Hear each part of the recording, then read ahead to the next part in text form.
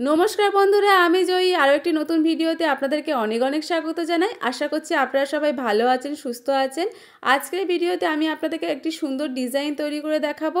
তো অনেক এমন ব্লাউজ পিস থাকে একদম কিন্তু সলিড কালারের হয়ে থাকে, ব্লাউজ পিসে কোনো কাজ থাকে না বা কোনো বুটিও থাকে না, শুধু জাস্ট একটা পার্ট দেওয়া থাকে। তো সেই রকমই আমার কাছে একটা কাস্টমার এই ব্লাউজ পিসটা নিয়ে এসেছিলো। শাড়িটা কিন্তু সুন্দর, কিন্তু ব্লাউজ পিসটা দেখুন একদমই কিন্তু সলিড কালারের, একদম সিম্পল, কোনো কিন্তু বুটি বা জরির কাজ কিন্তু ছিল না। তো কাস্টমার চেয়েছিল যাতে আমি একটু ডিজাইন কিছু করে দিই, সেই জন্য দেখুন এই ডিজাইনটা আমি বললাম। দেখুন এখানে আমি দুটো কালার দিয়ে কত সুন্দর কুচি কুচি দিয়ে ডিজাইন করেছি। আপনারাও এরকম সিম্পল যদি কোনো সলিড কালারের ব্লাউজ পিস থাকে তো আপনারাও কিন্তু এরকম দুরকম কালার দিয়ে কিন্তু এই সুন্দর ডিজাইনটা করে নিতে পারবেন। এটা দেখতে যতটা গর্জিয়াস লাগে, করতেও কিন্তু খুব কম সময়ে হয়ে যায়। একদম সহজ নিয়মে আমি আপনাদেরকে দেখিয়ে দেবো এখানে কিভাবে আপনারা ডিজাইনটা করবেন। তার জন্য কিন্তু আপনাদের সম্পূর্ণ ভিডিওটি দেখতে হবে। এখানে দেখুন আমার কাছে ডিপ পিঙ্ক কালারের কাপড় ছিল, তো এটাও একটা ব্লাউজ পিস। তো সেই ব্লাউজ পিসটা দিয়েই কিন্তু আমি দুদিকে কুচি দিয়েছি আর এখানে জড়ি দিয়ে হাইলাইট করেছি যাতে দেখতে আরও সুন্দর লাগে। তো আপনারাও কিন্তু আপনাদের ব্লাউজ পিসের সাথে কোনো কালার ম্যাচ করে কিন্তু এরকম কুচি দিতে পারেন, বা একই কালারের দিলেও কিন্তু খুব সুন্দর লাগে। তো চলুন আজকের ভিডিওটি শুরু করা যাক। এখানে দেখুন আমার ব্লাউজ পিসটা কিন্তু কাটিং করা হয়ে গেছে। এখানে আমি পিছন পার্টটা নিয়ে নিয়েছি আর এখানে অন্য কালারের একটা পিস আমি নিয়ে নিয়েছি ডিপ পিঙ্ক কালারের। আর এখানে যেহেতু পার্টটা আমি আপনাদেরকে দেখিয়ে দিচ্ছি, পাড়ে যেহেতু পিঙ্ক কালারের কাজ আছে সেজন্য আমি এখানে কুচিটা যে কুচিটা দিয়ে ডিজাইনটা করব তার জন্য কিন্তু আমি পিঙ্ক কালারের কাপড়টাই কিন্তু বেছে নিয়েছি, পাড়ের সাথে ম্যাচ করে কিন্তু নিয়েছি। তো আপনারাও কিন্তু পাড়ের সাথে ম্যাচ করে নিতে পারেন, বা যে কালারের পিসটা হবে সেই কালারের সাথে যাবে এমন কোনো কালারও নিয়ে নিতে পারেন। এখানে ব্লাউজের মেজারমেন্টটা দেখিয়ে দিচ্ছি। এখানে পুট আছে 6.5 ইঞ্চি আর এখানে ঝুল আছে 17 ইঞ্চি। এটা কিন্তু আমার 46 ছাতির জন্য হচ্ছে, সেজন্য একটু ঝুলটা বড়ই আছে। এখানে আমি গলার চওড়া নিয়ে নেবো। এখানে গলার চওড়া আমি 2.5 ইঞ্চি দুশুদ নিয়ে নিচ্ছি আর গলার লম্বাটা আমি এখানে 11 ইঞ্চির মতো নিয়ে নিচ্ছি। তো এবার নিচ থেকে আমি 3.5 ইঞ্চির মতন একটা দাগ টেনে নেব। নিচের চওড়াটা আমি একটু বেশি নিলাম যাতে একটু খেলানো মতন হয়। আর এখানে দেখুন এবার এখানে একটা বক্স করে নেব। তো বক্স করে নিয়েছি, এবার এখানে একটা শেপ দেব। সেই শেপটা একটা কলসির মতন কিন্তু দিতে হবে। তো এখানে আমরা হাতের দিকে ভালো করে লক্ষ্য করুন, তাহলেই বুঝতে পারবেন। একদম নিচ থেকে 2.5 ইঞ্চি ওপরে একটা দাগ তুলে দেব। তুলে দিয়ে এবার ওপর থেকে ভিতরের দিকে একটু যাব, ভিতরের দিকে গিয়ে একটু রাউন্ড রাউন্ড করে বাইরের দিকে কোণ হয়ে মিলিয়ে দেব। যে বাইরে 2.5 ইঞ্চিতে দাগ দিয়েছিলাম সেই বরাবর কিন্তু বাইরে কোণ করে দাগ দিয়ে দেবো। তারপরে দাগটাকে নিচের দাগের সাথে কিন্তু হালকা করে মিলিয়ে দেবো। তো এটা কাটিং করার পরে কিন্তু একদম কলসির মতন লাগবে। তো প্রথমে কিন্তু আমি ডিজাইনটা আপনাদেরকে কাটিং করে দেখিয়ে দিচ্ছি, তারপরে কিন্তু কুচি বসিয়ে তারপরে বো তৈরি করে কিন্তু দেখিয়ে দেবো। তার জন্য কিন্তু আপনাদের সম্পূর্ণ ভিডিওটি অবশ্যই করে দেখতে হবে। তো দেখুন এখানে ডিজাইনটা শেপটা দেওয়া হয়ে গেছে। যেমনটা শেপ দিয়েছি তেমনটাই কিন্তু এখানে কাটিং করে নেব। আর এখানে আমি কিন্তু শুধু লাইনিংই কাটিং করছি, মেন ফেব্রিক কিন্তু আমি পরে কাটিং করব। এইভাবে করলে কিন্তু ডিজাইন একদমই পারফেক্ট হয়। আমি এইভাবে করি, আমার কিন্তু এইভাবেই সুবিধা হয়। আপনারা চাইলে লাইনিং আর মেন ফেব্রিক কিন্তু একসাথে কাটিং করে নিতে পারেন।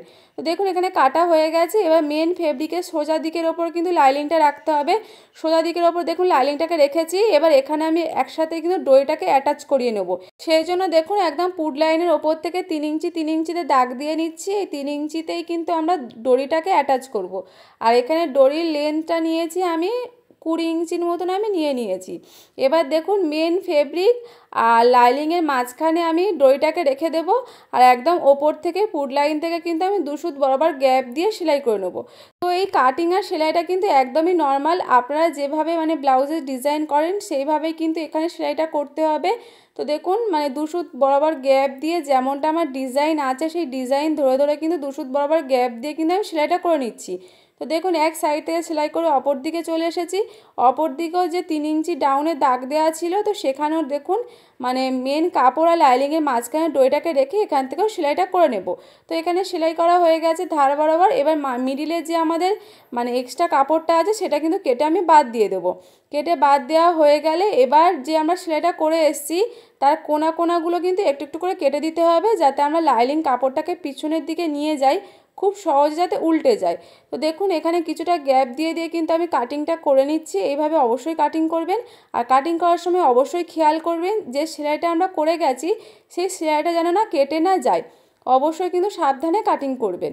তো দেখুন এখানে কাটিং করা হয়ে গেছে। এবার লাইনিংটাকে পুরো পিছনের দিকে নিয়ে চলে যাব। আর এখানে একটু হালকা হালকা করে দেখবেন নখ দিয়ে একটু চেপে চেপে দেবেন, দেখবেন সুন্দরভাবে লাইনিংটা কিন্তু পিছনে চলে যাবে। একদম যেমনটা ডিজাইন আছে সেই ডিজাইনটা কিন্তু আপনাদের বেরিয়ে আসবে। তো দেখুন লাইনিং কাপড়টাকে একদম পিছনের দিকে ঠেলে দেবো আর মেন কাপড়টাকে সামনের দিকে নিয়ে চলে আসবো। আর একটু নখ দিয়ে একটু চেপে চেপে দেবো। দিয়ে ওপর থেকে কিন্তু প্রথমে আপনাদের একটা চাপ সেলাই দিয়ে নিতে হবে। চাপ সেলাই দিয়ে নিলে কিন্তু আপনাদের ডিজাইনটা কিন্তু একদম কমপ্লিট হয়ে যাবে। এবার কিন্তু আপনাদের কুঁচিটা কিন্তু বসিয়ে নিতে হবে।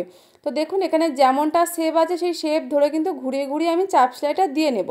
দেখুন আমার সবটা চাপ সেলাই দেওয়া হয়ে গিয়েছে। এবার কিন্তু এখানে আমি বোটা তৈরি করে নেব। তার জন্য দেখুন একটা মেন কাপড় মানে যে পার্টটা ছিল সেই পার্ট থেকে আমি কেটে নিয়েছি বোটা তৈরি করব বলে। এখানে লম্বাটা নিয়েছি 5 ইঞ্চি আর চওড়াটা নিয়েছি 6.5 ইঞ্চি। তো আমার ওপরের দিকে হাফ ইঞ্চি আর নিচের দিকে হাফ ইঞ্চি আছে। এটা কিন্তু সেলাই মার্জিন, মানে পার্টটা যাতে না ভিতরে ঢুকে যায়। তো সেইভাবে কিন্তু আমি কাটিংটা করেছি। দুদিকে হাফ ইঞ্চি করে কাপড় আমি রেখে দিয়েছিলাম। এবার একদম ধার বরাবর কিন্তু আমি 2 সুত গ্যাপ দিয়ে পুরোটা সেলাই করে নেব। আর 4 ধারটা কিন্তু সেলাই করতে হবে। আর যেদিক থেকে আপনারা সেলাইটা শুরু করেছেন, মানে যে প্রান্ত থেকে সেলাইটা শুরু করেছেন তার কিছুটা আগে পর্যন্ত কিন্তু আপনাদের সেলাইটা স্টপ করে দিতে হবে। একটুখানির মতন আপনাদের গ্যাপ রাখতে হবে। ওখান থেকে কিন্তু আমরা কাপড়টাকে উল্টাবো। যেহেতু সোজা পাটের ওপর সোজা পাটটা রেখে সেলাই করেছি, এখানে কিন্তু অবশ্যই উল্টে নিতে হবে। তবেই আমাদের সোজা দিকটা বেরিয়ে আসবে, পিছনের দিকে উল্টো দিকটা চলে যাবে। এবারে আপনারা এরকম সরু কিছু একটা স্ক্রুড্রাইভার বা কিছু নিয়ে নেবেন। নিয়ে কোনাগুলো একটু ঠেলে ঠেলে দেবেন, দেখবেন সুন্দরভাবে কোনাগুলো বেরিয়ে যাবে। এবার যে কিছুটা অংশ ফাঁকা ছিল সেই অংশটার কাপড়টাকে দেখুন, মানে এক্সট্রা কাপড়টা ভিতরের দিকে মুড়ে দেব। মুড়ে কিন্তু এখানে একটা সেলাই করে নেবো। নিলে কিন্তু মুখটা আমাদের সুন্দরভাবে বন্ধ হয়ে যাবে। তো এখানে কিন্তু আমাদের বোটা তৈরি হয়ে গেল। এবার আমরা কি করব, দেখুন বোটাকে এরকম মাঝ বরাবর ভাঁজ করব। ভাঁজ করে একটা এখানে সুতো আমি নিয়ে নিয়েছি। নিয়ে এখানে মিডিল বরাবর যেমন নর্মাল রান সেলাই করি বা কাঁথা সেলাই করি, এখানে সেরকম একটা নর্মাল সেলাই দিয়ে নেব। সেলাই দিয়ে এপার থেকে ওপার পর্যন্ত পুরো মিডিল বরাবর সেলাইটা করে নিয়ে যাব। নিয়ে গিয়ে এবার সুতোতে টান দেব। সুতোতে টান দিলে দেখবেন এরকম সুন্দরভাবে কিন্তু কুঁচি পড়ে যাবে। কুঁচি পড়ে গেলে এটাকে ভালোভাবে পেঁয়াজ দিয়ে ভালোভাবে কিন্তু এটা জড়িয়ে নিতে হবে। জড়িয়ে নিয়ে আমরা পিছনের দিকে নিয়ে যাব। পিছনের দিকে নিয়ে গিয়ে ভালোভাবে গিঁট ফেলে কিন্তু আমাদের মজবুত করে সেলাইটা কিন্তু করে নিতে হবে। নিলেই কিন্তু এখানে আমাদের বোটা কমপ্লিট হয়ে গেল।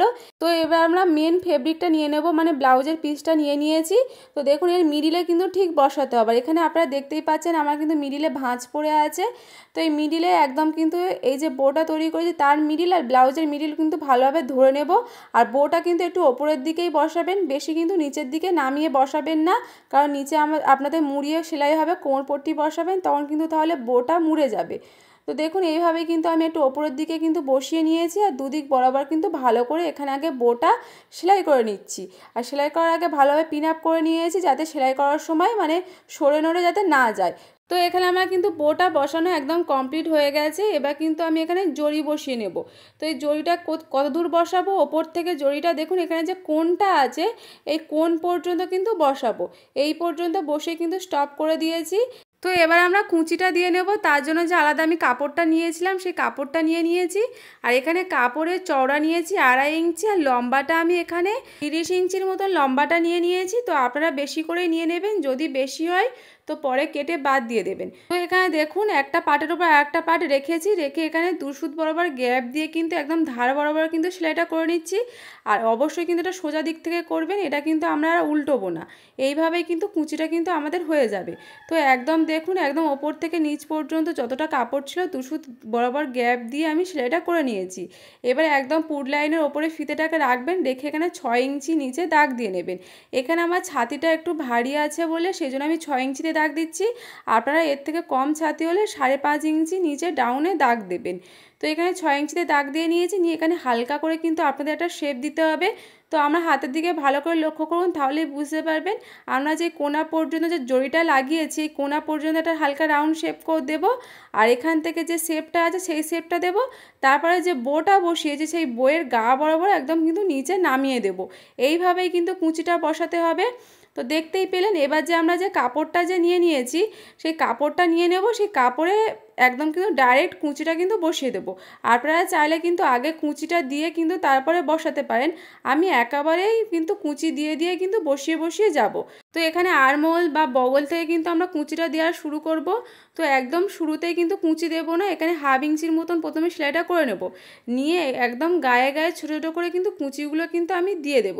তো আমি আপনাদেরকে কাছ থেকে ভালো করে দেখিয়ে দিচ্ছি। দেখুন একদম কিন্তু গায়ে গায়ে কুচিটা দিচ্ছি। গায়ে গায়ে কুচি দেবেন, তাহলে কিন্তু দেখতে বেশি সুন্দর লাগবে।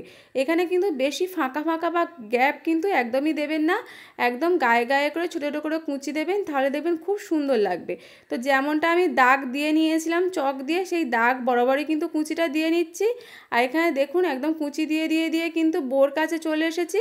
এবার বো থেকে কিন্তু বোর একদম গায়ের ওপর কিন্তু তুলে দেবো না, মানে একটু গা বরাবর বসিয়ে কিন্তু যাব, যেমনটা আমি দাগটা টেনে নিয়েছি। এবার একটু নিচের দিকে সোজা করে নামিয়ে নেব, আর নিচে যে এক্সট্রা কাপড়টা থাকবে সেটা কিন্তু কেটে বাদ দিয়ে দিতে হবে।